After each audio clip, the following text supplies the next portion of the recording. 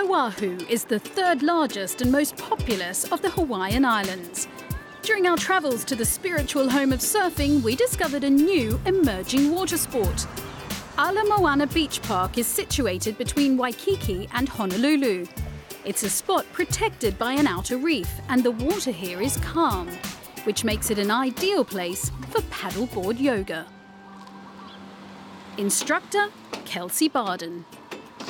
My name's Kelsey, and I am the owner of Yoga Floats, which is a stand-up paddle yoga business based in Honolulu, Hawaii.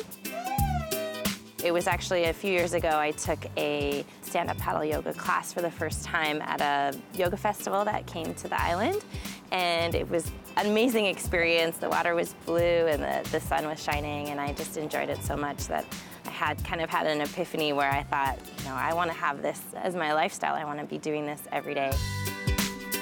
Paddleboard yoga, also known as stand-up paddle yoga, fuses yoga postures with the experience of being on water. It takes place on a specially designed board. So we kind of walk the boards out to our spot. We're usually in shallow water, about waist deep. We drop the anchors so the boards don't drift away, and then we do, our floating yoga practice. And it starts off pretty slow with some of the basic poses, some of the more stable poses, and then as we flow through the practice, towards the end, we get to some of the more challenging poses. Canadian-born Kelsey has been running Yoga Floats for 2 years. She aims to make it affordable and accessible to everyone in Hawaii. A lot of times when people do yoga classes, you're in a studio, sometimes there's mirrors all around you, and you can get really preoccupied with, how you look and how other people look, and you catch yourself looking in the mirror and, sucking in or something like that. And when you're on the water, it's not about any of that. People really have to let go, be okay with falling in and making mistakes. Maintaining balance whilst holding poses and adjusting to a moving board are some of the challenges. Maria Lim is an avid yoga practitioner, but this was her first time embarking on this aquatic version. I've been doing yoga for 10 years now, so before the class I was a little bit apprehensive about doing this, since I knew it would be challenging, but it was a nice challenge.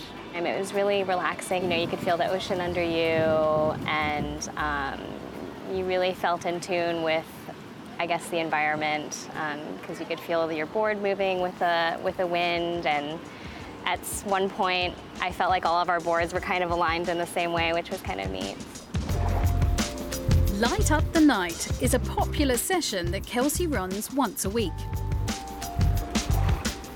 We have lights, LED lights, that we're able to strap onto the bottom of the boards, and they're really quite bright, and they have a variety of colors that you can play with. So we get the boards ready, and then when we head out on the water, they light up sort of the water underneath you and around you, and it's really beautiful. It's really peaceful.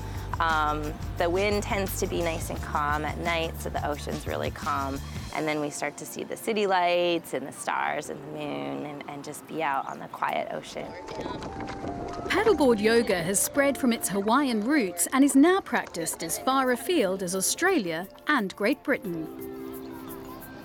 5 years ago, stand-up paddleboard yoga was very kind of new and uncommon, and it's starting to pop up in all sorts of places. The beauty of it is, you don't have to have an ocean. You don't have to be in Hawaii. People are doing it on rivers and lakes. They're doing it in swimming pools even. So places with colder climates, they can do it in the summer, and then sometimes they transition to a pool in the wintertime as well.